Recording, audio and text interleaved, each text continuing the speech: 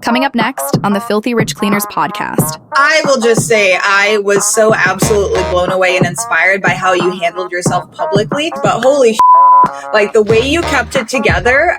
From your first dollar to your first million, welcome to the Filthy Rich Cleaners podcast, presented by ZenMaid. Join your host, Stephanie Pipkin, founder of Serene Clean, as she shares proven tips, tricks, and hard-earned lessons. Whether you're just starting out or ready to scale, get ready to discover how to build your own cleaning empire. Let's roll up our sleeves and dive in. Hello, everyone. Welcome back to the Filthy Rich Cleaners podcast. I am your host, Stephanie Pipkin from Serene Clean, and today's guest is our friend Amar, the CEO of ZenMaid, and my personal friend. Some have claimed, Amar, that you are the fraternal twin of Stephanie Pipkin. What would you respond to those claims as? I don't know that I would have believed that until we spent time together in the Netherlands. When I met you in the Netherlands, I was like, oh, we're like peas of a pod. We think about exactly like problems exactly the same way, like people problems the same way. It was quite interesting. It's just, like exactly. It's just applied in slightly different ways. Yes, yeah. So I am looking forward to this conversation because, yes, we have really gotten to know each other over the past year, working closely together as I've, peeked behind the curtain of ZenMaid. And I would love for our listeners to hear more about your, origin story, your villain arc, if you will, because many don't know that you were a cleaning business owner. So I would love to hear one, like what your background was before that and what led you to there, and then we'll go from there. Yeah, for sure. So I grew up in Palo Alto in California, so right next to Stanford University, like very close to LinkedIn, Google, Facebook, Apple. All of those are within 25 minutes driving of where I grew up and everything. And I never thought that had much of an impact on me, but I do think in many ways it did make me a little bit more like entrepreneurial. And so the first like entrepreneurial thing that I can remember is I found a really good discount on candy. It was essentially like an error charge on candy where what should have been maybe like 30 cents a candy bar was like 8 cents. And I literally just bought as many as the store would let me and then went to school and undercut the vending machines. And this was when I was like maybe 11 years old or something like that.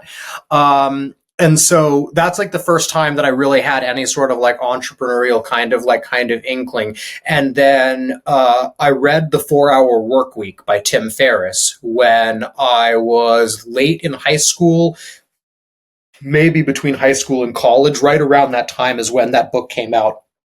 And that really planted the seed of like owning a business and like getting freedom out of owning a business. And so after reading that book, I was essentially trying various things for a couple of years during college and post college. I played a little bit of poker. I tried selling like t-shirts and doing like the e-commerce thing. But as like an education, I did philosophy and economics when I was in college, and then I ended up in sales, primarily in tech sales after college. And so all of this is a bit of a long-winded way to, in 2012, I started a Maid service with a friend focused very much on essentially like digital marketing first, where it was very much like we were working with contractors who we could scale up or down based on how many people we could like find. And we weren't doing many of the cleanings like ourselves, really any of the cleanings like ourselves. That was the idea. And so we started and ran a Maid service that I think had 8 cleaners at one point. And we scaled that up pretty quickly because we shut it down after 14 months due to a couple things that we can talk about. But in 14 months, we went from 0 to 8 cleaners. And I think when we shut it down, we had 6 at the time that we had like let go of 2. And so, that was a very, very interesting experience. I was very, very young, which I know is a similar story to yours, where didn't really get taken too seriously by anyone that found my online profile, but I was doing most of it remotely. I only met one set of cleaners actually in person to actually hire them before realizing that wasn't actually necessary and using Skype or Zoom or just phone calls. And I only went over to one client's house because it was a sorority, and I was like, I'm definitely touring a sorority house. I was like 23. Yeah, exactly. So, that's the only client whose house I actually saw, and everything else we just sort of quoted things blind and just kind of learned from our mistakes, and we ate a couple of profits and and stuff like that, and just we spent 14 months learning a lot of hard lessons, and in hindsight we didn't learn even probably a tenth of the lessons that there are to learn that I've learned from you and from so many others in this industry. But we got in over a year at the School of Hard Knocks before we ended up shutting down and then moving our attention to ZenMaid, and that was actually me and someone else. Mm-hmm, mm-hmm. And, looking back now that you've had time to reflect on that experience, obviously a very short but fast kind of uptick in growth.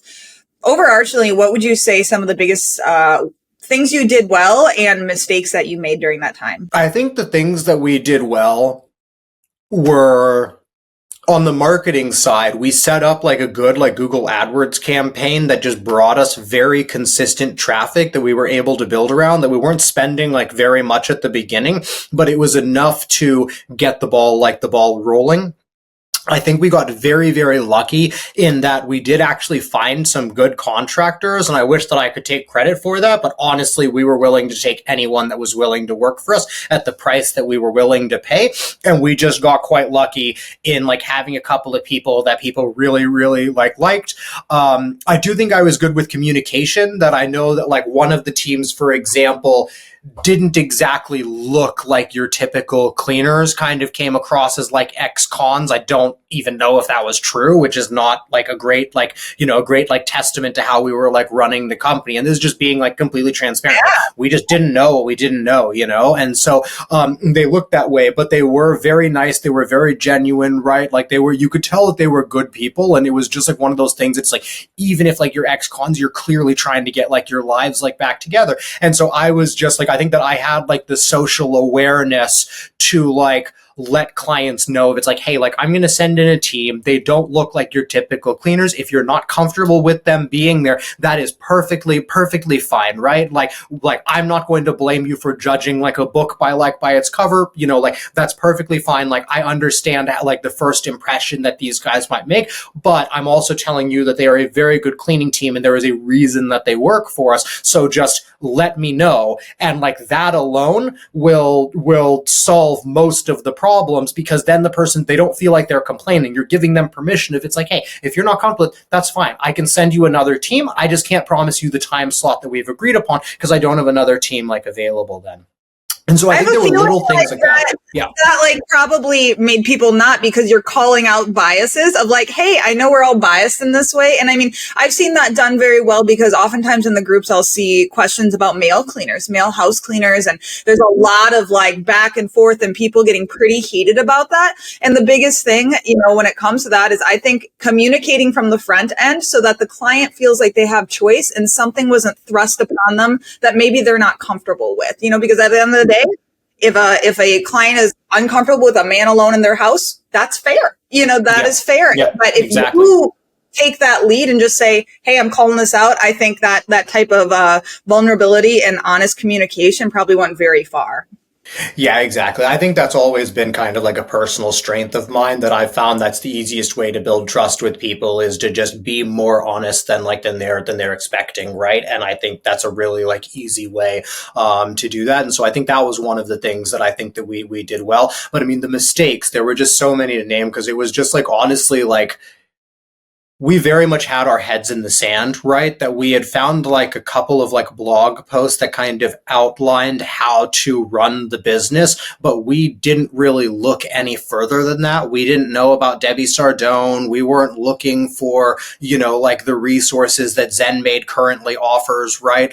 We didn't go out and look for those things. It didn't occur to us that we should be, doing background checks and stuff like that. And a lot of just very obvious stuff, but it was just it was really really, it was my first real business. I was just out of college, and not to make excuses, but like, it was just like youthful mistakes. We've learned from them, and like, you get better, right? This is, I think, how most people learn, that, you can learn from other people's mistakes, but a lot of times you learn by, what the mistake is, but you still have to make it yourself before you actually learn the lesson. I feel like there was a lot of stuff like that. But at the same time, and this is transitioning into like into ZenMaid, it was also like an ignorance is bliss sort of thing. So we did some things differently. And like one example is, honestly, because the person that we were following was talking about like managing the entire sort of like calendar and everything on just like a website sort of back end, or maybe using Google Calendar,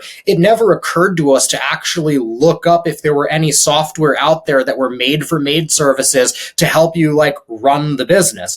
And so when we started ZenMaid, it was only after we had decided that we were going to do this and we were going to build this product that at some point we were like, maybe we should see what other people are using, and then realized that like these other softwares like Maid Easy software that, I don't know if anyone has like bought in years, like that was, at the time was kind of like the big name like in the industry and like and all this stuff. And it was very much just like an ignorance is bliss, sort of thing. So like, as dumb as I feel looking back on some of those times, I also wouldn't be in the situation that I am like right now without them. And like, you've seen like the amount of time that we've invested into helping maid services and stuff. The truth is we wouldn't have done that. We wouldn't have created these resources or done any of the things that ZenMaid has done if like I hadn't been that blissfully ignorant at the beginning. So, you live and you learn.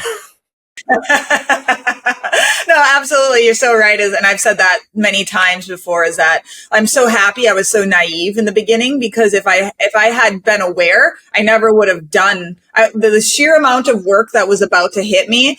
If I had known, I would have said no, thank you. And that's the thing, is like, you're kind of forced once you're into it to just do the work, because quitting just wasn't an option. And I'm sure that's how it felt like for you. I mean, and even like, hearing your story of, okay, you had this cleaning company and then you pivoted.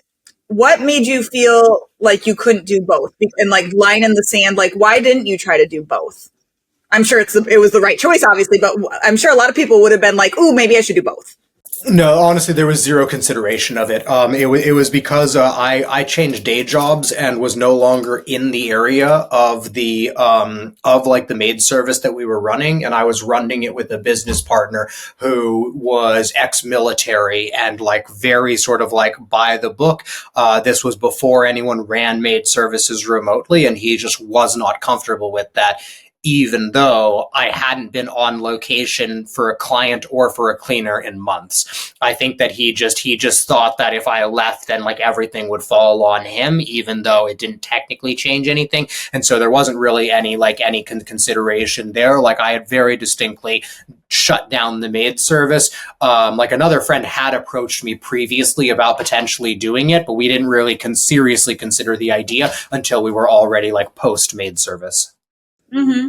What's interesting to me is like thinking back to my conversation with Chris Schwab, and that he also ran ICs from the beginning as well. And I see that you guys have a lot of similarities, where like I am like so opposed to running ICs, not because I think it's wrong, but because of the type of business that personally suits Stephanie, which is like a very, very touchy-feely, like kumbaya kind of sensation and vibe in the culture, where I feel like your culture is like, your mind towards culture is much more independent, which is exactly what Chris was attracted to.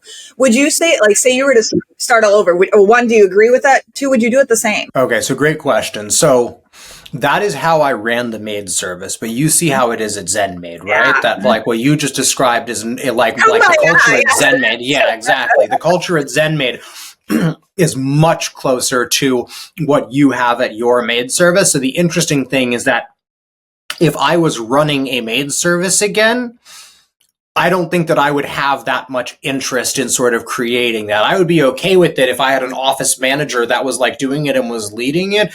But like for me, it's like, I think really what it is that you hear a lot about like product market fit in terms of just like finding something that's actually going to work in your market, whether it's a cleaning service or whether it's a tech company or whatever, but product market fit. And then there's also such thing as like product market founder fit, right? And that's like picking the right business for you. And so for me, I didn't enjoy my day to day running a maid service. I didn't find it challenging, like in the ways that I wanted to find it challenging. And so for me, I would much rather operate it more like strictly a machine with independent contractors and think about it like in parts. Where with ZenMaid, it's like ZenMaid, I have created a team that I enjoy showing up and working with every day. And that's part of the benefit of having ZenMaid. So I think it's just like, it would just be a different kind of business for me. And like, it would just be a bit like how involved I would be. As like a maid service owner, I would really be thinking like an owner, whereas in ZenMaid, I really enjoy being the CEO and the operator, even though I'm also the owner.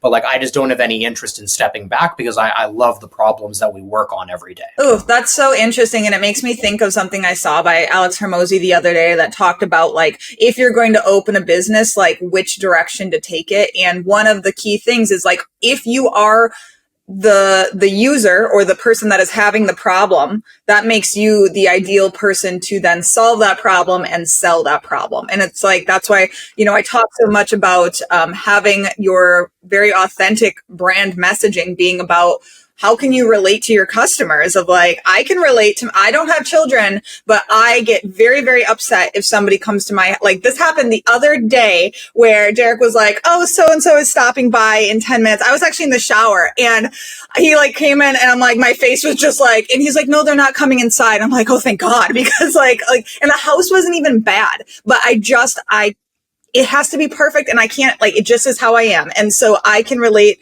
as a woman, that pressure of like, they're going to judge me because of my house. And so it's so easy. Selling is natural. Like, it doesn't feel like I'm selling. I'm like, I understand you. And so, depending on who your market is, of course, and that's different, commercial clients, like it's not that same vibe, but it just, I feel like, you were an owner and you saw, meaning a cleaning company owner, you saw the pain of scheduling. So it's very easily for you to then say, I understand your pain. Let me fix it for you. Yeah, exactly. And, for us, what it was is we built a very, very basic system that became ZenMaid that was essentially simple scheduling with built-in communications. And like at its core, everything that ZenMaid does is built around like that base of just like simple scheduling plus automated communications that are ultra specialized to maid services. And, like it was just one of those things where when we started ZenMaid, I was picking up the phone and cold calling owners and asking them how they were doing their scheduling. And the main question was like, great. So like, I'm sure that your customers are expecting reminders. How often are you sending out reminders? Like, how consistent are you with that? And as soon as I was able to say, great. So like, if you just use us for scheduling instead of Google Calendar, we'll send a reminder with 100% consistency for all of your appointments. How does that sound? And that makes it sound really nice and obvious. It was very tough. It was very, very tough. I spoke with 1,000 maid service owners that I spoke with over the phone to get us to, I think, 40 clients, like 40. So yeah. You'd think that'd be shooting fish in a barrel, even like back then, right? But like it really wasn't. It was tough. It was tough at the beginning. Yeah. And it's so funny because you say that of like, because I've been a ZenMaid user since before my business started. Like I bought it and had it all set up before I even launched. Like this is the way I was going to go. And I will attest to you because it was pretty. Obviously I have a vibe I like, and ZenMaid happened to have that vibe of like, ooh, pretty nice looking, simple. So good job on that. But it was that simple for me to choose. But the fact that it was simple, and it's interesting because I'll see in cleaning groups, like people like sharing templates for their reminder texts that they send out, that they are manually sending out. And it's really like, again, that whole hindsight of, oh my gosh, if for the past 6 years, I was manually texting people before their cleanings, like I can't fathom it. And I guess like you don't know what you don't know, it seems. And I'm sure a lot of owners who are still doing that, like they're just, you get used to what you get used to. And I don't really know where I'm going with this, but the point being is like, you don't know how bad you have it until it's taken away. Like the pain is taken away, meaning manually texting everybody, dealing with like dealing with scheduling errors, like the administrative side of it. There's so much pain that could be felt. It's interesting to me that people take so long to fix the pain. Like, why do you think it takes so long for people to come to a scheduling software or something that's going to fix their problem so easily?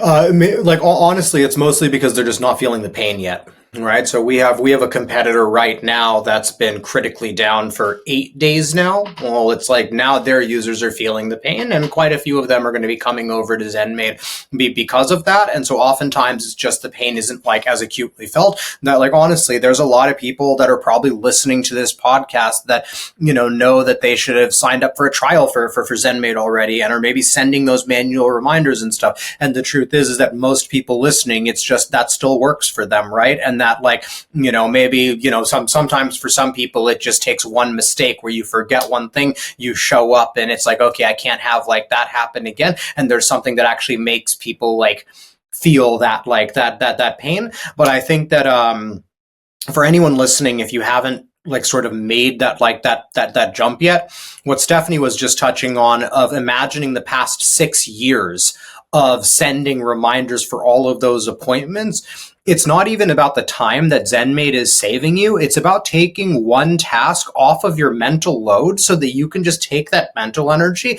and focus on like your next marketing campaign, or focus on a better hiring process so that you can provide a better service. Like, there's some things that ZenMaid can automate for you so that you just don't have to think about them again. And it really is more about the headspace than the actual time saved, but we will save you a ton of time as well, right? But it's really that like thinking like that is what allows you to build a business. The more systems and the more things that happen in your business without you, the owner, personally doing them, the better a business that you have, whether you want to sell or whether you want to just like, take vacations like Stephanie does, Mm-hmm. Mm-hmm. Yeah. And I think back to some of the hardest times in my businesses, like meaning like I was working like a dog, tears, I was cleaning, I was doing all of these things. So to put any other thing on top of it that could fall apart and totally relied on me, like, it's just so stressful, so much already, like we are we are everything in our business. And so, I guess when I think about why it's gone decently well for me in Serene Clean is that I made easy decisions very early on, even as simple as, like having my client guidelines electronically signed, like instead of having printed copies and trying to get clients, like little tiny things that seem like it wouldn't make, like you'd think it's nothing, right? But compound that over hundreds and hundreds of clients, that's something. So every time we can move 1 degree in a better direction, it compounds and it just makes a huge difference. Yeah, exactly. It's there's a really great book called The Slight Edge, and there's a similar one that's called the Compound Effect, and it's about essentially getting like 1% better like every day. And that's something that I think if you take that to your business and you just try to just remove friction, right, like as much as possible. And so it's a great example of not getting people to physically sign, which might require chasing and more time, and allowing them to just do it electronically. That's the kind of thing that seems very, very small, and the same task ends up getting done. But it can really add up to like to massive like change. Like that little thing doesn't make a big difference, but imagine that you find 10, 20, 100 of those things over the next like couple of years. And that's the difference between the maid services that you see that, seem to be working just as hard as everyone else. And one ends up with 5 cleaners, the other ends up with 15 or 20 cleaners, right? It's those little things that add up that seem invisible on a day-to-day basis, but you zoom out a year, you zoom out 5 years, and all of a sudden it makes all the difference in the world. Mm-hmm. And, zooming out, since you have been exposed to so many cleaning company owners over the years, I mean, thousands and thousands and thousands. So you, I'm sure, start to see patterns. Could you name some of the patterns that you see, or perhaps there's some warning signs of like, oh, that's burning and going down? Like, is there anything that really stands out of that's about to go down? Like you see the red flags where maybe while we're in it, we don't know what those red flags are? That's kind of a tough one because I've never really like acted like as a coach. So I'm not really talking to people kind of before like companies are sort of like crashing and burning or anything like that. But I mean, I do think that really just everything comes down to systems, right? I think anyone that is, is essentially starting from scratch every time they hire a new cleaner is not going to build a very big business until like they get that like solved, right? Is like you should have an ad that works for you and probably be running that constantly, right? If you're trying to build like a bigger business and stuff. And so I think it really just comes down to that kind of like systems sort of thinking. And then I think the other one that can cause a spiral is I think that when maid services are lacking quality control systems, that's when you can see a tendency of it's like, oh, you hired, Maria and like, multiple of like her cousins and like friends or whatever. And then all of a sudden you start having quality control issues and like you can very quickly have like a company like tank. But I would say all of those problems are solvable. Like if you're listening to this and you're going through that right now, you probably just have to cut the weight. You may have to contract and like, give up some customers and whatever. And it's not going to be fun, but you can totally turn it around and like rebuild your brand and all of that stuff. But yeah, I mean, I would say though, those are probably the main things that come to mind. And so the opposite, I'm sure, is the truth of like the more systematized you see a company get, the more likely they are to scale quickly. Yeah, exactly. Or just like consistently. I'm one as an entrepreneur. I care very, very much about consistency. That like I would take consistent growth. That for me, it's easier to like just manage mentally. I would rather have like very consistent growth than sporadic growth that adds up to more over time. Just because I would struggle to kind of like manage that. So to me, it's like systems are what make you consistent. And like honestly, the other thing is that my goal with entrepreneurship is very much freedom, right? And with freedom, it's the more that you have systematized, the more free that you will be, right? And so it's a weird one that for me, like personally, that I've learned is like, I don't like following systems, but in order for me to be unsystematized, I have to have enough systems in place to keep everything like going. So it's like I follow a very strict schedule Monday to Wednesday, and then my calendar Thursday to Sunday is very, very open for me to kind of do what I want to. And sometimes it's very productive. Sometimes it's something else. But like, yeah, that's so funny. I did the same thing. I do the same thing. Monday through Wednesday is like meetings.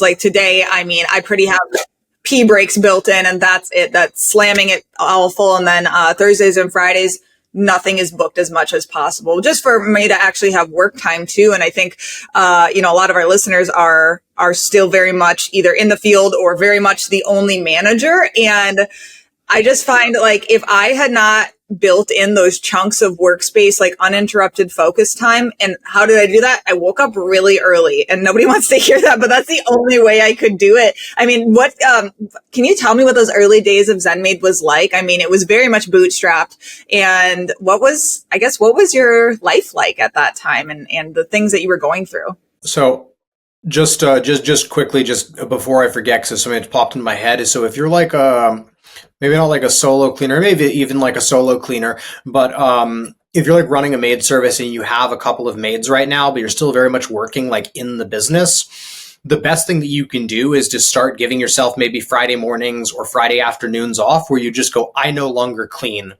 these afternoons. My cleaners are available, but I am not. And this is when I work on the business, not in the business. And if you can do that and you can expand out further and further, it might be where your schedule is more like me and Stephanie's, where you have 3 days that you're doing the cleanings, and you have 2 days that you're working like on the business. And that's a great way to sort of start stair-stepping your way out of like the day-to-day of the business or out of the day-to-day cleaning, so you can focus on the operations and start turning it into like a real business.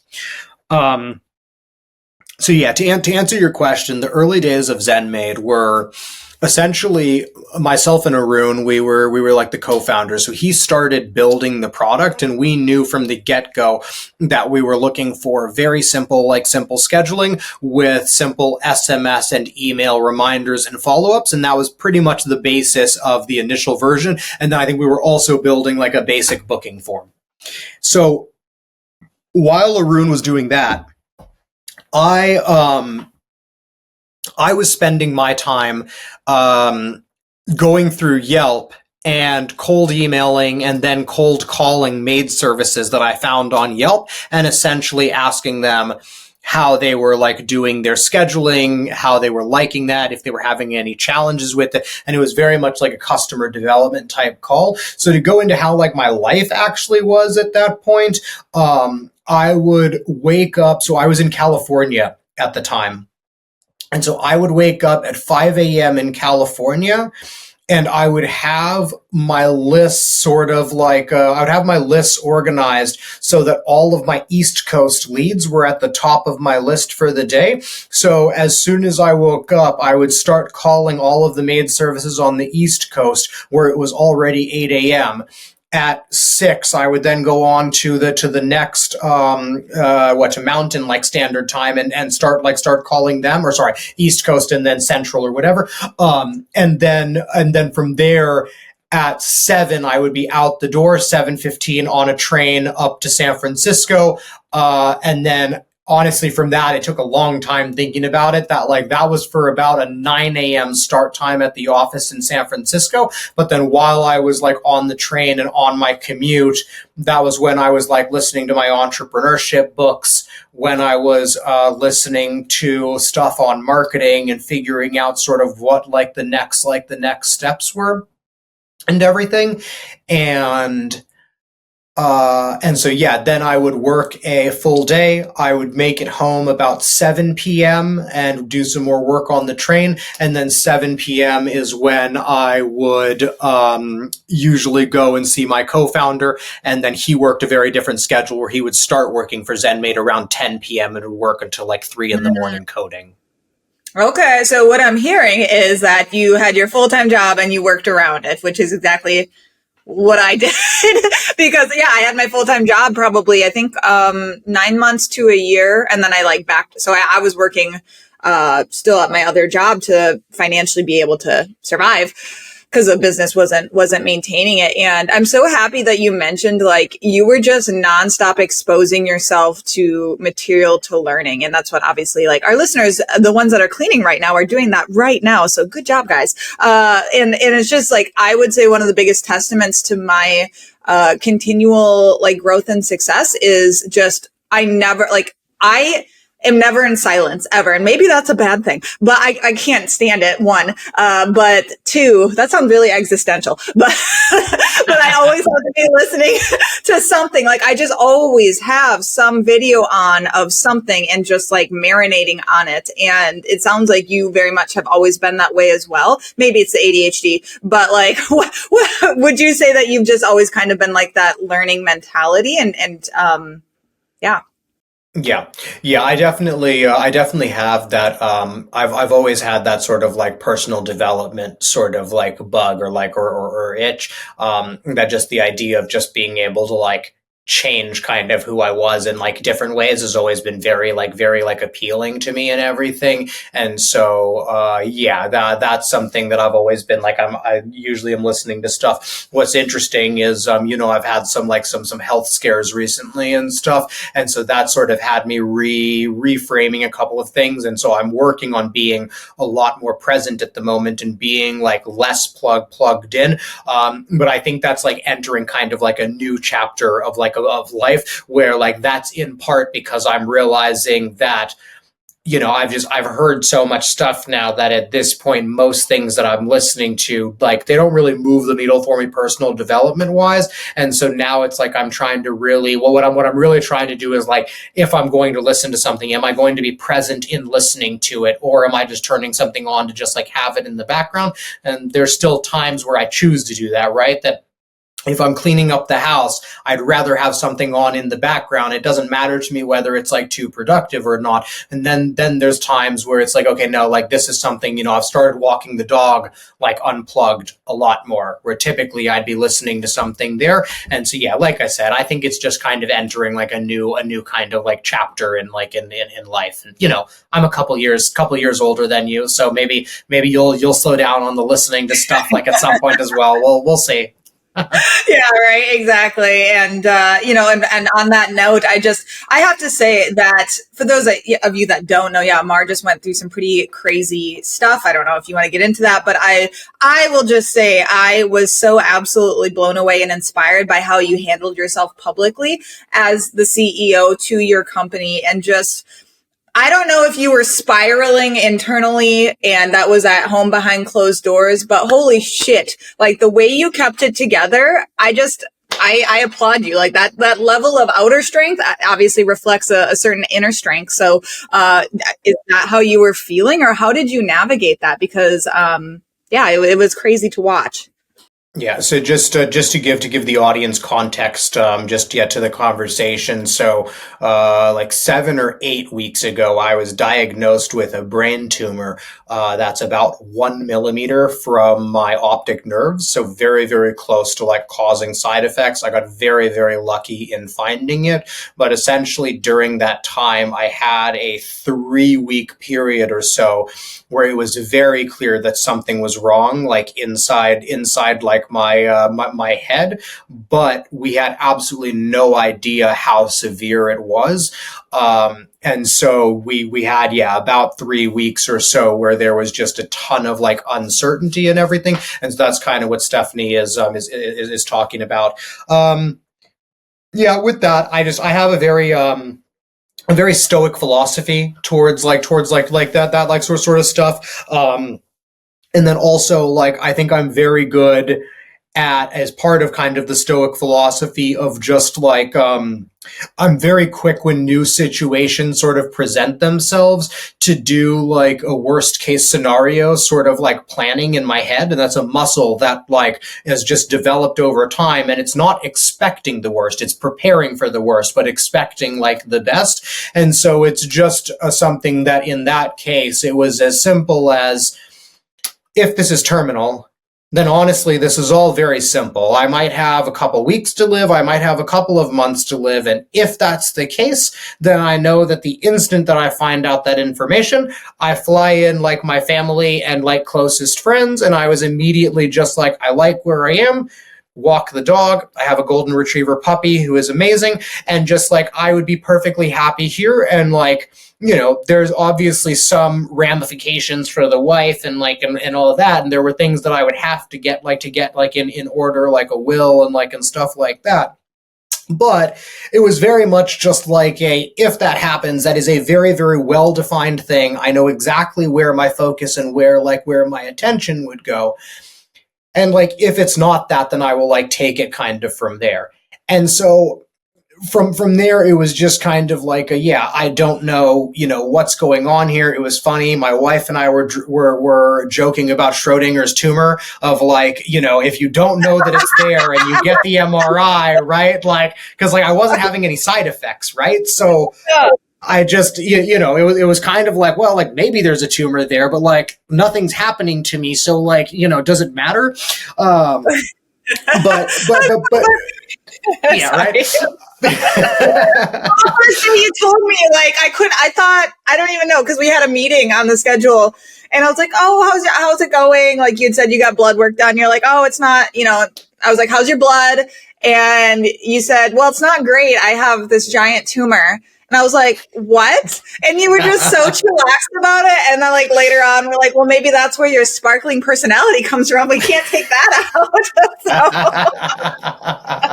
Yeah, no, what's funny is that what I outlined was like the worst case scenario, and like immediately made me more sort of comfortable and just able to operate from like a good kind of place. But what was interesting about it was, from talking to Fran is my wife, that from talking to Fran about it, what we actually realized was actually the worst case scenario was going in, getting the operation, them like fiddling with my brain and it changing like my personality or who I was or whatever. And so that was a very, very interesting one to sort of like think through and to like, and to realize. So, yeah, but like I said, like it was just, I think actually the other thing that really helped me was that in the beginning, where it was like, if this is like worst case scenario and this is like terminal, then like everyone feels like they have to be there for me.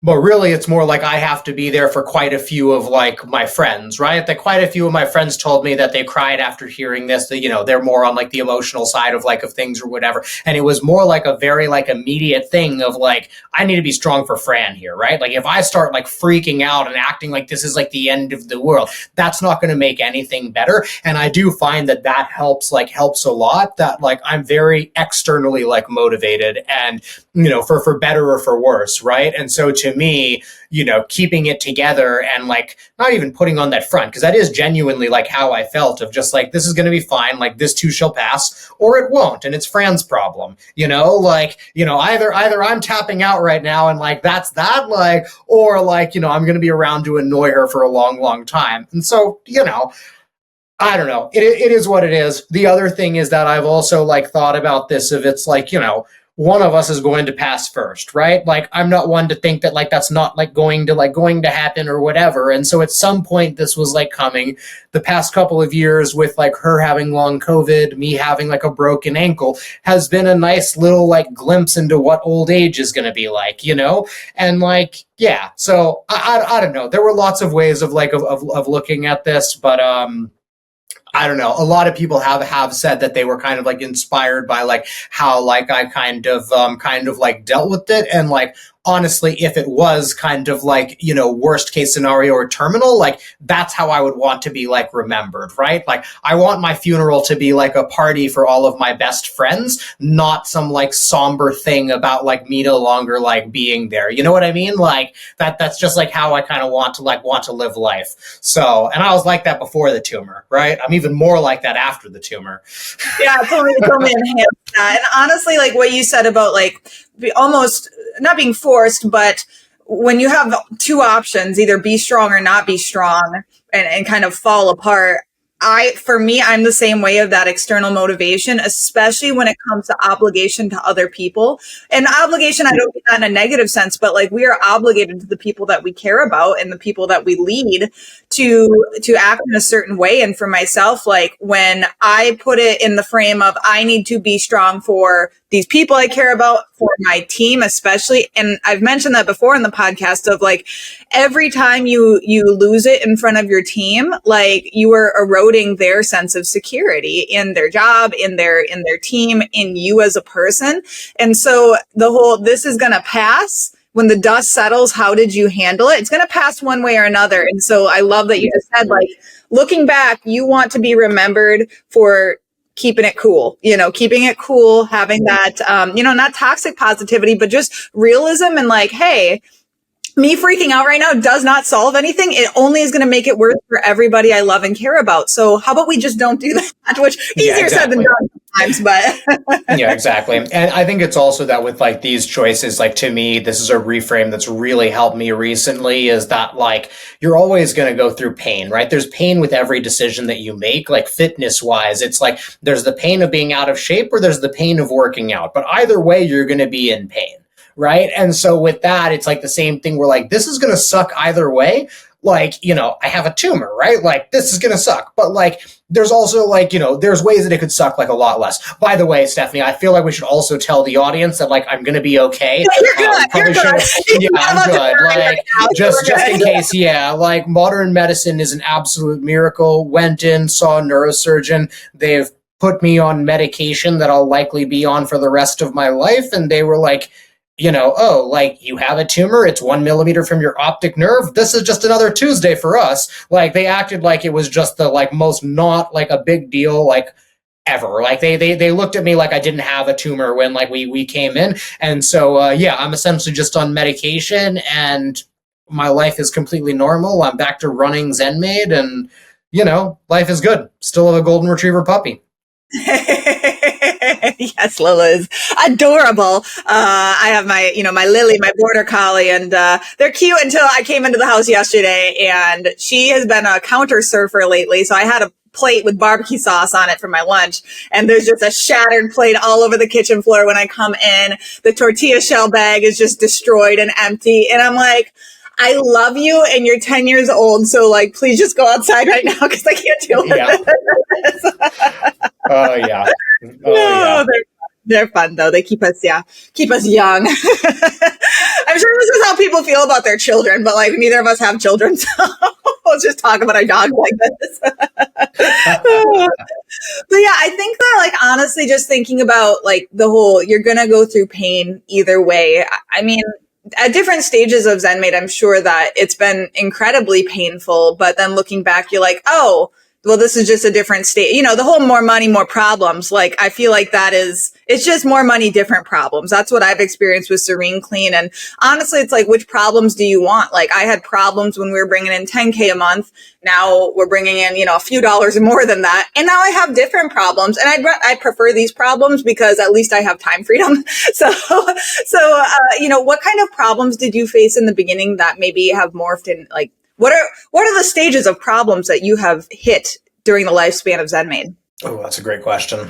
I did like a YouTube short on this that you guys can find on the ZenMaid social media channels, which is that like we're paid as entrepreneurs to solve problems. And the nice thing is that the longer that you stay in business, the more that you're paid, right? That it's like, I do solve harder problems now than I did before, but I'm also compensated way better because I took that risk 10 years ago. And so now it's like, it's easy to solve problems because there's a very direct like revenue at the end, like at the solution or whatever. So because in the beginning you're not making anything and it feels like you're solving like a million problems and it's terrible and awful. So now it's like, it's so much better. So everybody listening that you're there, like it gets better. Just keep going.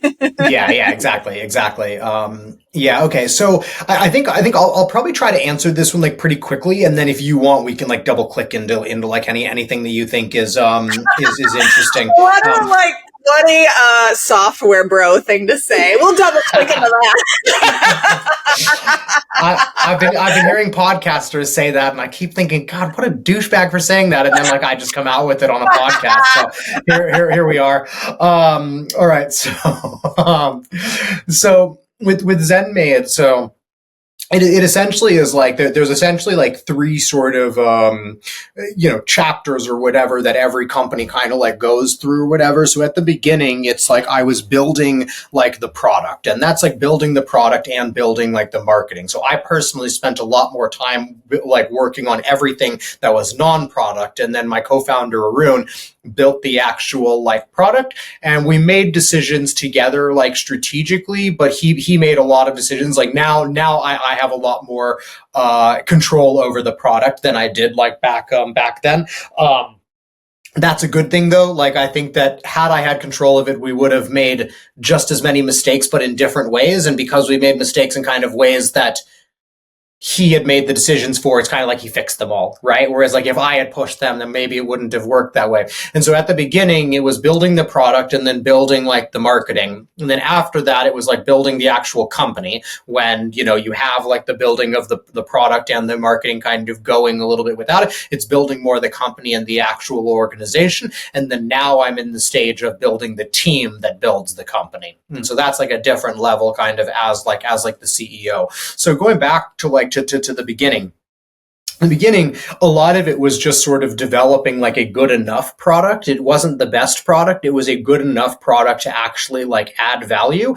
And a lot of the problems that we were solving were, first of all, just like how to do that. And then also we had to develop the strong skill of saying no to things because we were so new that we could literally change what we were doing on a daily basis. Whereas now it's like somebody suggests an idea and it takes time to implement that idea, even if I want to move on it right now. And so that's a blessing and a curse, right? It means that I have to be more thoughtful about what we do now, but it also means that like we move slower than we did in the past. So figuring out sort of like, what was actually valuable, what we actually need to spend our time building and all of that stuff.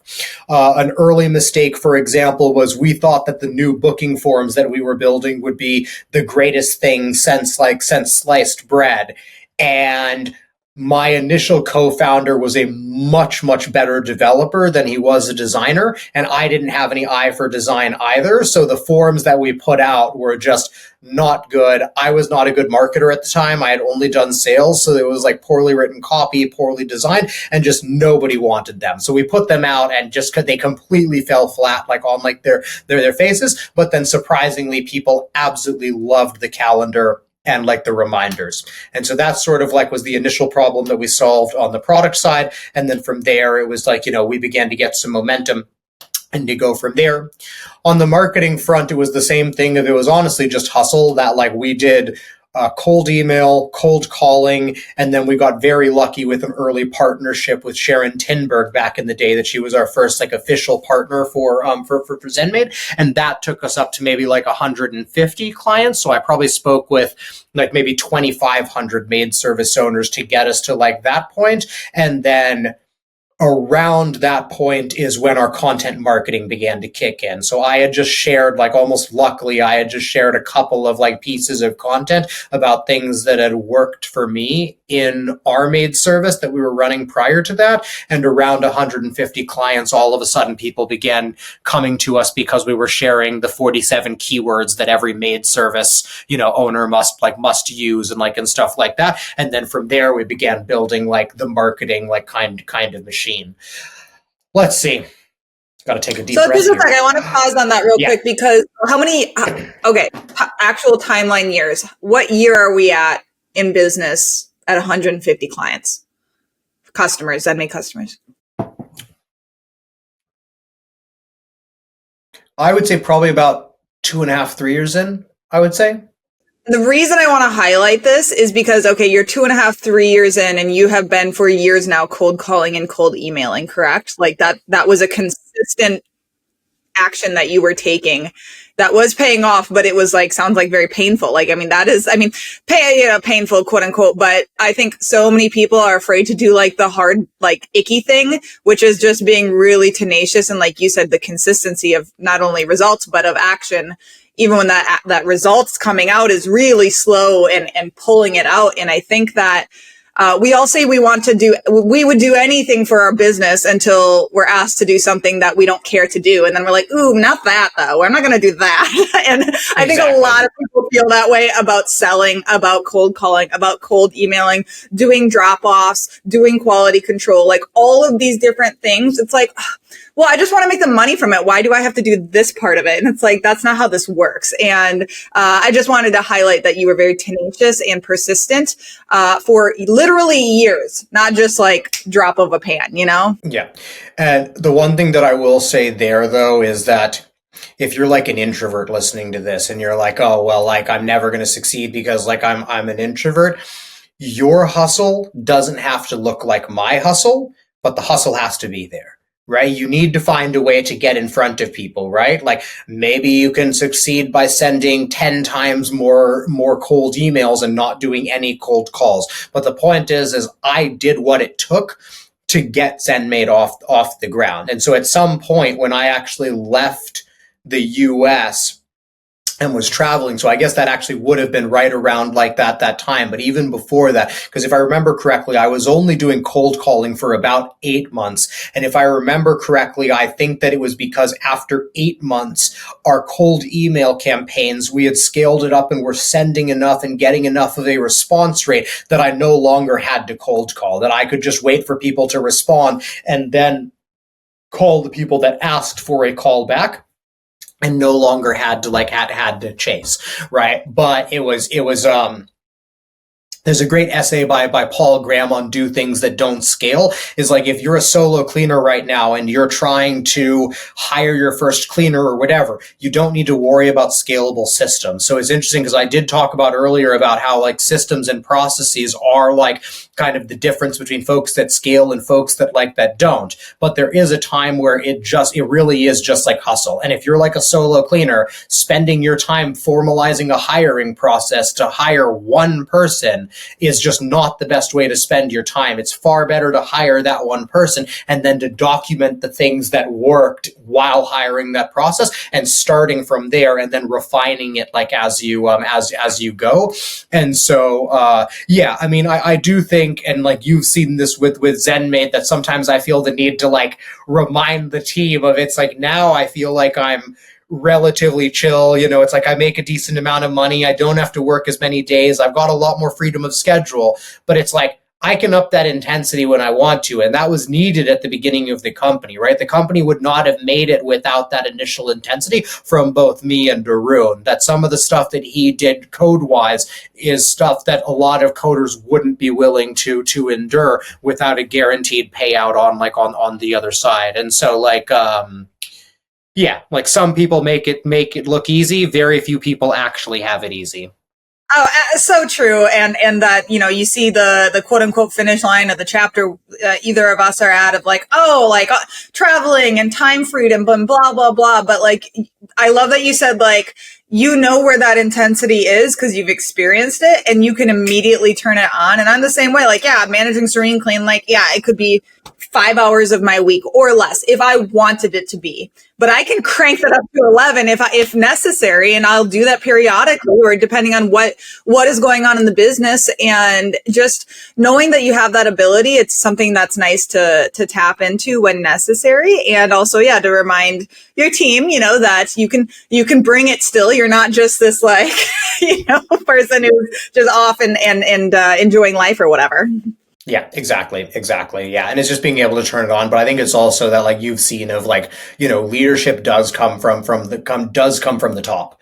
Right. And that I've seen that when I up my intensity at the top of the company, you can see it trickle down to the close to 30 team members that we see. And it's crazy now that I feel like I can up my intensity for 1 hour for one meeting at the start of the week. And it's literally noticeable with the rest of the team throughout the week. It just sets the tone and stuff. And so, I do have the flexibility now where I don't even have to be on that meeting if I don't want to, and I can bring my hours down to literally zero if I wanted to for probably a couple of weeks or even a couple of months at this point. And the company would continue to improve, service would continue to get better, the product would get better, the marketing would get better.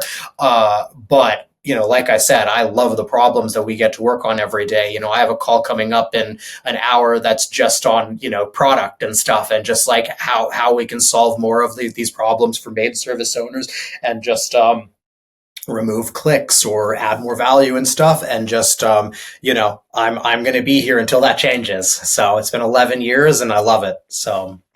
No, and that's how it's the whole, you don't find your passion, you create it, and you created this passion. And I feel the same way. And even just being involved in ZenMaid now and seeing the internal mechanisms of you guys are so focused on what is going to make this better for the end users, whether that is the owner or the cleaners or our customers.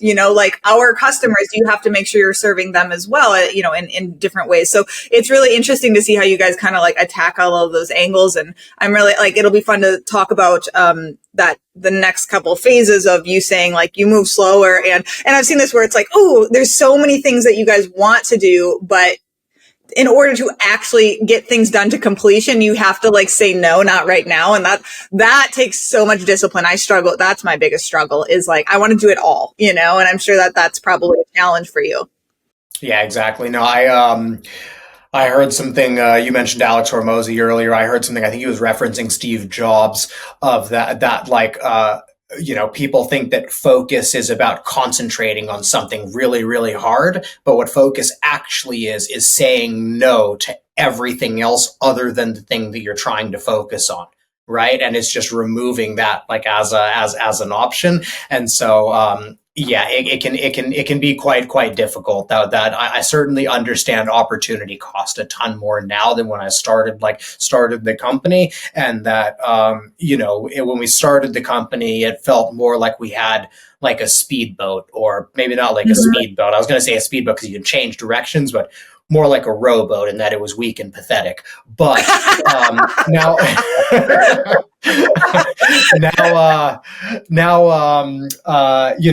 It does feel more like a battleship for this analogy of it's when I decide things that we need to do on the product side, some of these decisions you're talking that it's a 6, 12, 18 month sort of decision. And there will be tons of micro decisions within that. But when we choose to focus on one product or another, or not one feature or another, it's a long-term commitment, and it's a long-term commitment of not just one person now. It might be 4 devs that are turning their attention. And the question now is just, what else could they be doing with that time? How else can they be adding value to maid services and to the industry and everything? And so, like I said, it's fun. It's different problems, but I certainly enjoy having more resources to solve the problems. The problems are harder, but I certainly prefer them now than when we were like smaller. Mm-hmm, mm-hmm. So you're, a couple years in now, things are probably, like you said, you're able to back off on some of the more extreme efforts of like cold calling. You're building this kind of email newsletter and information, would you call it? And so you were already, I love that in this baby era of ZenMaid, you were already like putting the building blocks and foundation of media out there and education. Was there a reason that was there a defining moment where you're like, this is a good idea, we should be putting educational content out? Because obviously now that's like the ethos, like this is what we do. I mean, this is why I'm here, right? Is to put out educational content. And so it's like, this is like this beautiful thing now. You started this long ago. Was that just let's do this, or was there the thought out? So it was one of those things that we lucked into that I'd mentioned earlier, that we posted a couple of things that had just worked for me, of a couple messages that had worked nicely, and then some of the marketing research that I had done that there was no reason that other people should have to do like separately. And so we just put together a couple of things like that. And so around 150 customers, we began to just see more people finding us through that. I think we might have posted a couple of other things, but nothing too crazy. But we were beginning to actually just see traffic there. To be completely honest, though, it was also that kind of in like tech startups at the time. That was when like HubSpot was coming up, and they had created the inbound marketing term. And that was the hot new thing that everyone was doing, like content. And so I just saw a lot of people that were doing that. Wasn't seeing too much of that in our industry. Like the only folks that I saw doing that weren't specific to our industry. And then the way that they were sort of doing and promoting the content, it wasn't really findable. Nobody knew that it existed. And so I realized that there was both a content gap and a marketing gap, and that it was also that people just weren't finding the content that was out there, because a lot of the content did exist. You just had to search stupidly hard for it. And so at that point, we began to double down on it a little bit. And then I think, honestly, just I think that in the industry, I would say that I was really the first sort of marketing first sort of founder that really just came in and just really thought about the marketing on a very deep level. And so I feel like a lot of the current competitors that you look at, a lot of them have actually copied what ZenMaid has done. Not to say that they wouldn't have arrived at those ideas on their own, because I do think they're quite obvious ideas, but we did lead the way with a lot of this stuff. And with the content, it was just, I started out by sharing things that were that were essentially documenting things that had already worked for me. And then once we saw the traffic coming in, then we began to double down on it and everything. And then we would also send newsletters every time we did the content, which at the time a lot of people, a lot of our competitors didn't have newsletters. So one thing that's interesting is that a foundational piece of ZenMaid content is that we always write content that is valuable to both a non-ZenMaid user and to someone that already uses ZenMaid.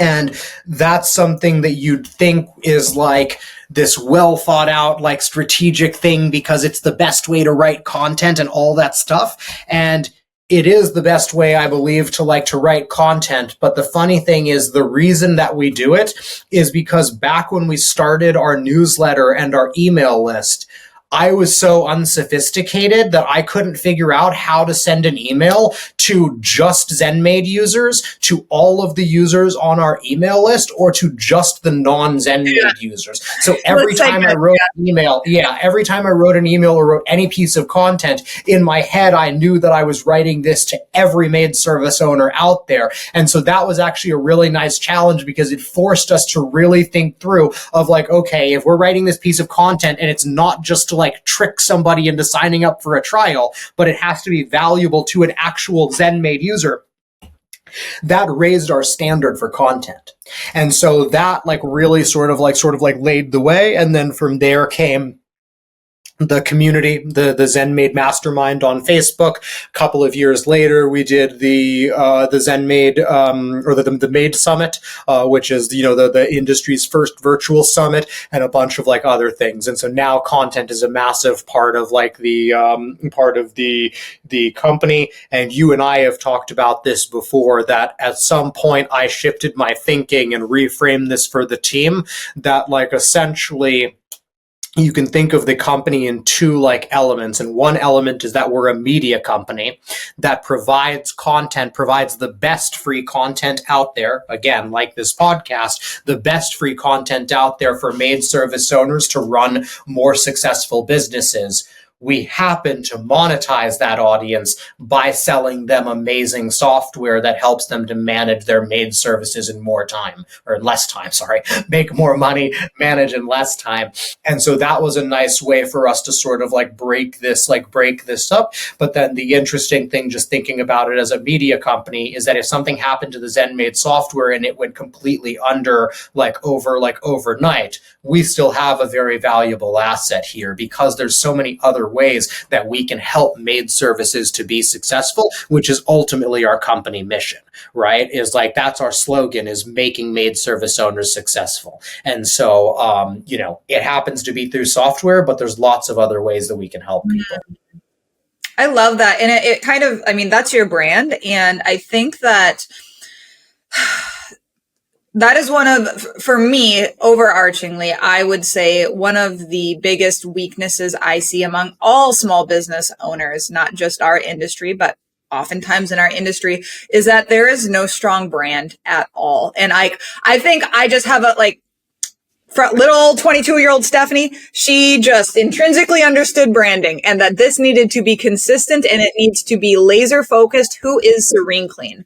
And so now 6 years of building what I said it was, now I have the proof of this is what it is, because I have years of consistent proof. This is who we are. We're about our cleaning techs. We're about our community. Like I have amazing people and I want to highlight them, and we do great work and we give to our community, and that's just who we are. And I have all these different vessels of doing that. So now it's like, I don't need to tell you that. You go to any of our, marketing pieces or run into any of our cleaners, they'll tell you, because they're just who we are. And so it seems like having a strong brand is also what you, have had for a long time. Would you say that was obviously, did you know that? Did you know that was what you were doing? And how has the brand evolved over time? No. So honestly, no, we got very, very lucky. So initially we were actually named Maid Desk. And then, there was a third co-founder who bought all of those original assets and decided that he didn't want to build it with me and Arun, who started ZenMaid. And so ZenMaid was actually our second choice, and we were forced into it because, Maid Desk. Exactly. And so, ZenMaid is obviously a much better brand name, but honestly, it was one of those things that we just got lucky with it, that we picked that name. We thought it had a nice sound to it. It was at a high time when all the tech startups in Silicon Valley were combining two words. And so some of you might have heard of Zendesk. And so that's where we got Maid Desk and then ZenMaid, right? Because we thought that Zendesk was a great name. And so we, that's literally where that name came from. But then because we named it that dictated the brand. So the brand was a lot less thought out and calm, chill, serene, peaceful, all these different things. That really just ended up coming out organically out of the name. So that developed over time in terms of sort of building the brand. To me, I've just always felt very, very strongly that if we do right by customers, that will come around. And I think that that's something that I think that most of our brand is just doing good work, making good decisions, and just contributing to the industry. But the biggest thing is just showing up consistently. That, I mentioned a competitor earlier. We have a competitor that's, been critically down for 8 days. Yes, that's a problem. But the bigger problem is that the CEO, who everyone knows, stopped showing up years ago. And so nobody actually believes that that person is still in charge. And so now when everything is going wrong, their reputation is hurting them. It's not helping them, right? ZenMaid has critically gone down, and ZenMaid will critically go down in the future. But the way that we are going to respond to it and the speed with which we're going to bring it back up and to deal with that problem when it happens is, I think, what separates us. And when we've been doing this for 11 years, the folks that have been with us for a long time have seen, how we behave. And, we increased prices recently, which people haven't been the happiest about. But honestly, most people are staying because even though they're not happy about paying more money, they know deep down that we will do right by them in a way that a lot of our competition just, they've demonstrated over the years that you can't take that for granted. And with some you can, right? Honestly, if you're thinking about signing up for ZenMaid or any other competitor, that's something that I would be filtering for. And it's not like ZenMaid's the only one. There are plenty of our competitors that care, but there's plenty that obviously don't. And if you find someone that obviously doesn't, don't fall for their software looking good, right? Because that's only going to help you until you need help, and then they're not going to be there. So, just something to consider. But yeah, I think our brand and reputation has just come from just showing up and just doing the work consistently for 11 years. I think that anyone that does that is going to build a pretty good good brand. And also going to make your fair share of enemies, as I have as well. It's not all rainbows and sunshine. I can be quite abrasive, and honestly, I personally do not match the ZenMaid brand very well. But it's who I am. I'm not going to apologize for that. So obviously, I'm the same way, and that's where having my management team is that buffer between me sometimes and what is maybe the more nicety. I can be very intense, especially it's hard when it's your business, and it's hard not to take things personally when people attack something that they don't understand. Where, especially when decisions are made that maybe on an external basis, they don't know all the factors and time that went into that decision. And so then when you have a customer reacting to a certain way, or if we put out a new policy and we have people coming back at us for whatever reason, it is nice to have that buffer of my managers, because don't let Stephanie get at it, because I'm going to be upset, because I'm no, you're wrong. You don't understand how wrong you are. Let me tell you how wrong you are. Yeah, exactly. And one thing to just note for everyone listening here is it would obviously be better if me and Stephanie, if we conducted ourselves better as business owners in those situations. But what I really want to emphasize here is that we have solved the problem a different way by giving it to other team members, right? So I'm working on that. I'm working on being less abrasive, because I know that I get defensive, right? It's my baby. I don't like it when people tell me that ZenMaid sucks. I'm you're wrong, and here's 28 reasons why. I should not do that, right? I should just thank them for expressing their opinion and just move them on, right? There's no reason to engage there. But every time that I tag somebody else in so that that user doesn't have a poor experience with me providing support, right? That's me solving the problem, right?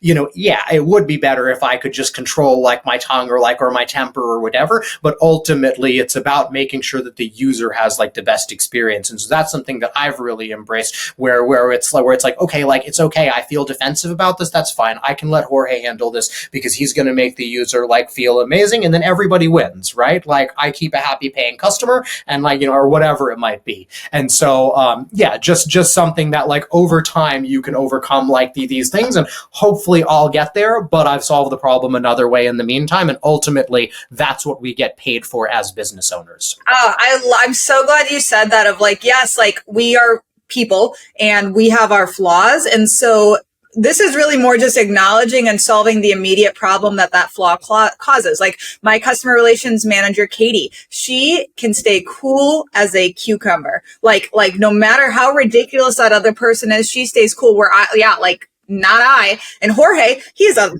gall darn angel. He's just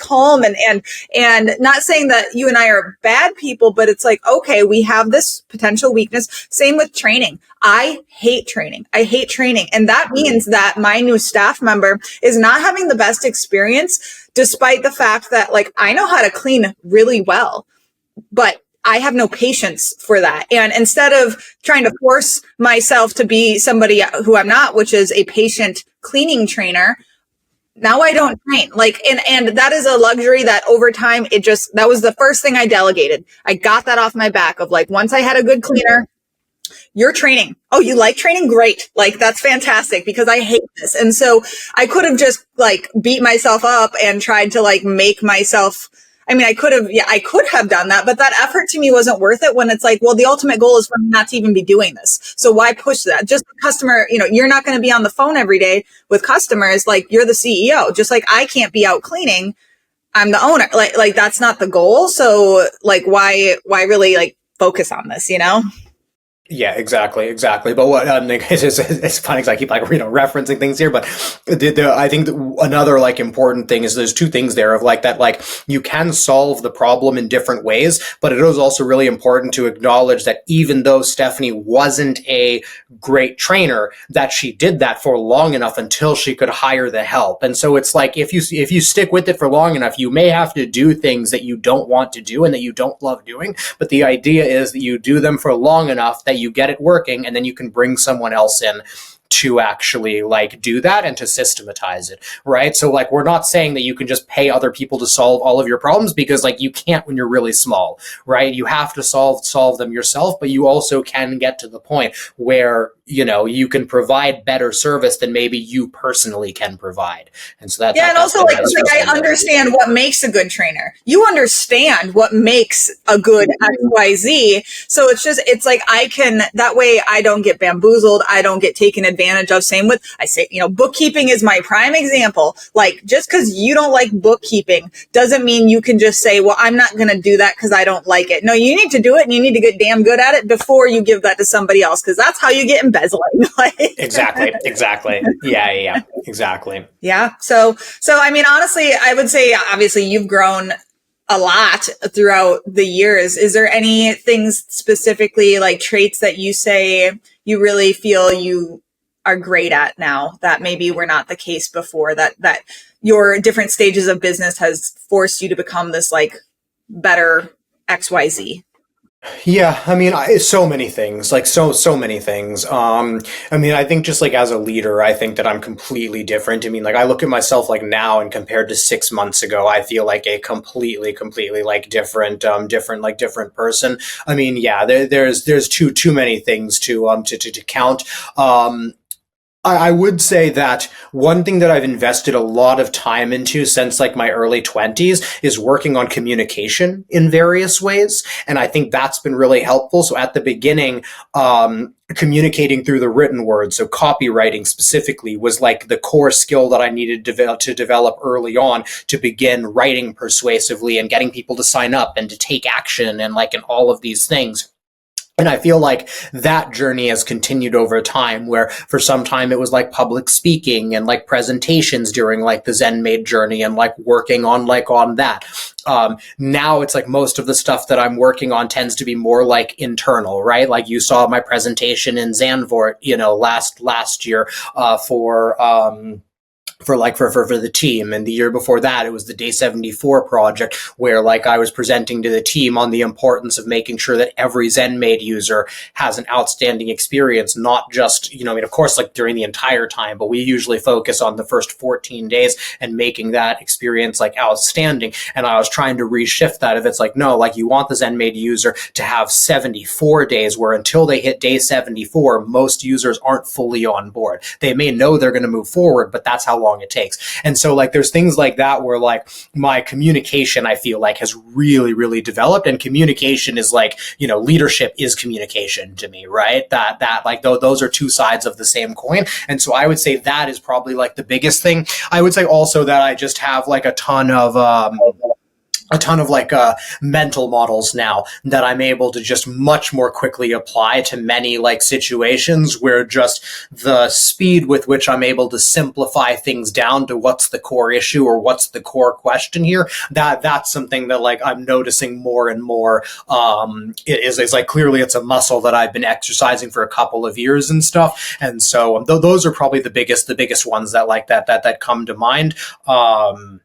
Or certainly the ones that I like treasure the most, right? Like those two things are things that I will take with me to whatever I do in the future, whether that's another business or just like life, like in general. And so I'm really happy that ZenMaid's been a vehicle for those things at least.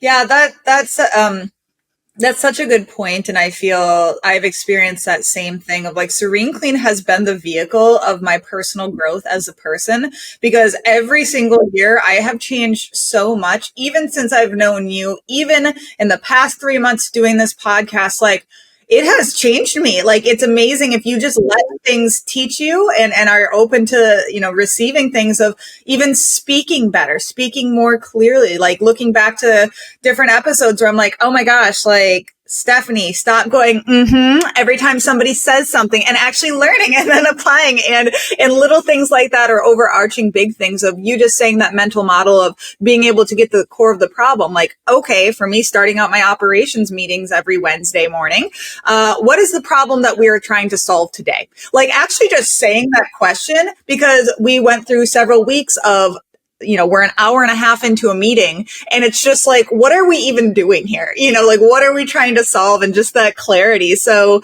is there a particular model yesterday, is there anything that happened yesterday that you would say you felt like you nailed how you handled it? Felt that I nailed how I handled it. Interesting. Well, so like for example, we had like the ZenMaid exec call yesterday. And so for the ZenMaid exec call, that's one where I was talking about leading from the front, where like one of the things, it sounds kind of funny to mention, but one of the things that I've been working on recently is charisma. So like if you've ever read the book, The Charisma Myth, it's like just how you kind of like show up and like make people feel, and being like, energetic and like all of that stuff. And so yesterday, that was a book that I've been reading, and I applied that on the exec call of just showing up, being higher energy, throwing in a couple of jokes, poking a little bit of fun, just like lightening the mood, but like also at the same time, like bringing that intensity, right? And just kind of reminding the team that it's like, hey, like we can have a lot of fun, but we also need to get a lot done, and just sort of reminding like the team there. And with that, I do think that's a quite delicate balance, right? Because one thing, it's like I've been pushing the team to work harder and more intensely since late December, late November, when I returned from Japan and Thailand and everything. And I put out like a message and a video to the team on increasing our sense of urgency and our like intensity and stuff. But I also was like very clear in like, I'm not telling you guys to work longer hours. I'm like, I don't want us actually working like longer, but I do think that we can work harder and we can work smarter, and that we can just be more intentional about what we're doing. And that's something that like yesterday on the exec call, that was definitely a leading from the front and setting the tone. And I know that that's going to cascade to the other teams, because all of the team members will now have calls with their teams, the marketing team, the dev team, the ops team, and like bringing that energy on Monday morning for most of our US people is like setting the standard. I love that. And I've definitely seen that, even just in, when it comes to intensity and getting more out of the same amount of time, just being more efficient really is that definition of like, you guys really always having like, okay, you're working on a project and like Moscowing it, which is, the must have, like you all are doing that now, like just naturally, it seems, where I don't know if that was always the case, but it's really become a habit of the company. I saw, which for our listeners, it's like, you make a grid, and whenever you like looking at a project, I mean, you explained it, Amar. Like I'm just observing it, but the Moscow framework. Yeah. Okay, yeah. So the Moscow framework, it stands for must have, should have, could have, and won't have. So it's essentially Moscow. Just remove the vowels, and you get this nice little acronym. So that's why it's called the Moscow thing. And so it's essentially for almost any big decision that you're making in life. It might help you to make the decision by writing out a Moscow framework, which is essentially defining for this decision. So let's say finding a life partner or getting married or whatever, or like for ZenMaid, it might be defining like how our new invoicing is going to look, and it's defining what are the must-haves, what are the should-haves, which are, like it should be there, but it's not an absolute deal breaker if it's not. What are the could haves? And then what will this strictly not have? What are the won't haves here? And so that's a really helpful framework that you guys can use. So we have incorporated that into ZenMaid, and it has been very, very helpful with getting features designed and all of like that stuff. So what's been interesting about that, and we haven't done it all the time, is we have to differentiate between when we're trying to actually be efficient and when we're trying to brainstorm. Because when you're brainstorming, it's like you might come up with the best headline for an ad, and theoretically, coming up with that headline might have taken 10 seconds. But if you spent 2 hours thinking about it, writing down other things, and then going for a walk and having it percolating in the back of your mind, it takes up a lot more time than that. And so, for example, we have the design call that's in an hour, that's like an hour and a half. There's no reason that call needs to be an hour and a half. And yet, because it's an hour and a half, we get to go deep onto random things that we would never justify at other times. And so it's been finding that balance of when are we trying to actually be efficient and when is trying to be efficient actually holding back the company. And so that's been an interesting balance to strike over the past maybe year or so that we've begun to experience that a bit more. Yeah, definitely. And that's a really good point to make of there's a time for that and a time for not. And some of the best insights and really great ideas come at the very end of talking about something from different angles and hearing different perspectives. And even looking at the Moscow, I think the most interesting conversations come from people debating, should this be or should this not be, and hearing why, that's changed my mind multiple times of well, your perspective makes perfect sense. And and coming back to the charisma thing, I'm really happy you talked about that, because I literally, before my team meetings, every Monday, I lead my company meetings, and in my head, I don't care, it's Monday morning. I don't care what shit happened 5 minutes before. It's showtime. That's literally what I tell myself.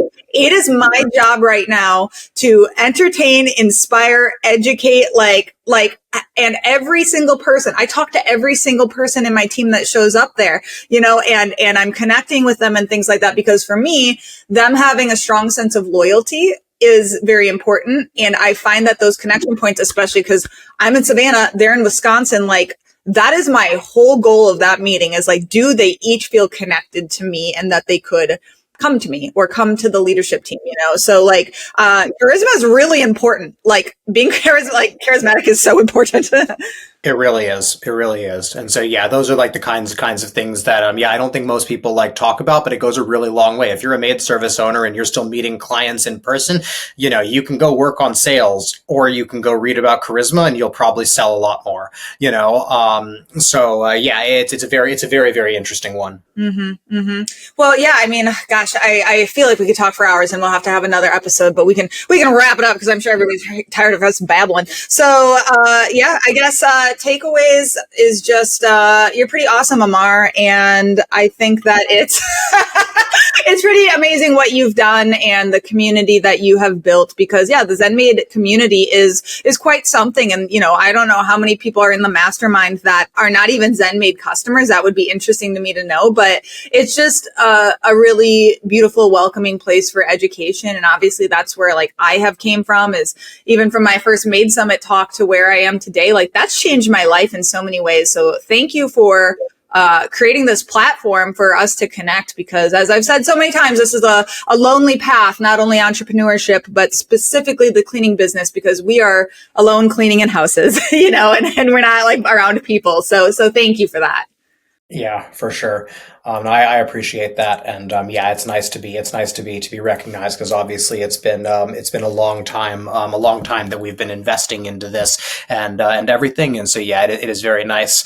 I thought it might be cool though if the audience gets a quick preview of how some of our like offline conversations go, or the ones that aren't recorded, because I have an idea for a feature that I think that we can do. I don't want to promise this, but I did just want to float it to you, and we'll record it, and we can probably leave it into the recording. Maybe we'll cut it out if it's like not good. We can see what Alex says.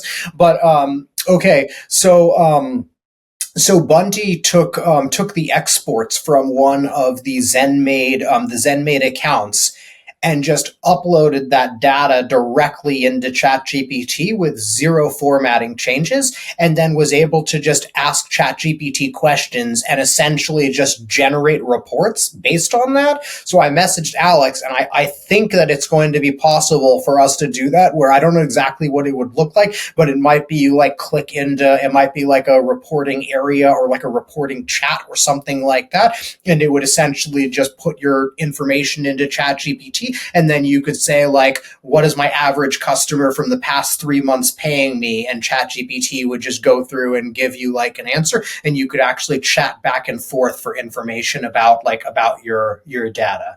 So I feel like that sounds pretty cool, right? Oh, yes. Oh, my brain just went like 1,000 different directions of all of the manual reporting that I'm doing, and the amount of dissection that needs to happen, and especially considering how I would say the majority of owners like don't feel like they got time for that when it comes to reporting. But this stuff is really important, because you could literally say, churn rate, how many people are going from recurring or regular customer to former customer, like all of these different things that you could do with that would be really amazing. The pricing stuff, especially like what you just said of like, what is the average appointment price? And I don't know how nuanced it could get of like, okay, it's their second appointment because, okay, first time appointments are going to be more expensive. So let's cut those out. What's the average of the second appointment? So that, my brain, of course, is like, yes, let's do it. But that's kind of the power of ChatGPT, that I've been thinking that we would have to think of all of those scenarios that your mind is jumping to. But the power of using like AI is that we don't have to think of all those things. I'm pretty sure it'd be able to take that information,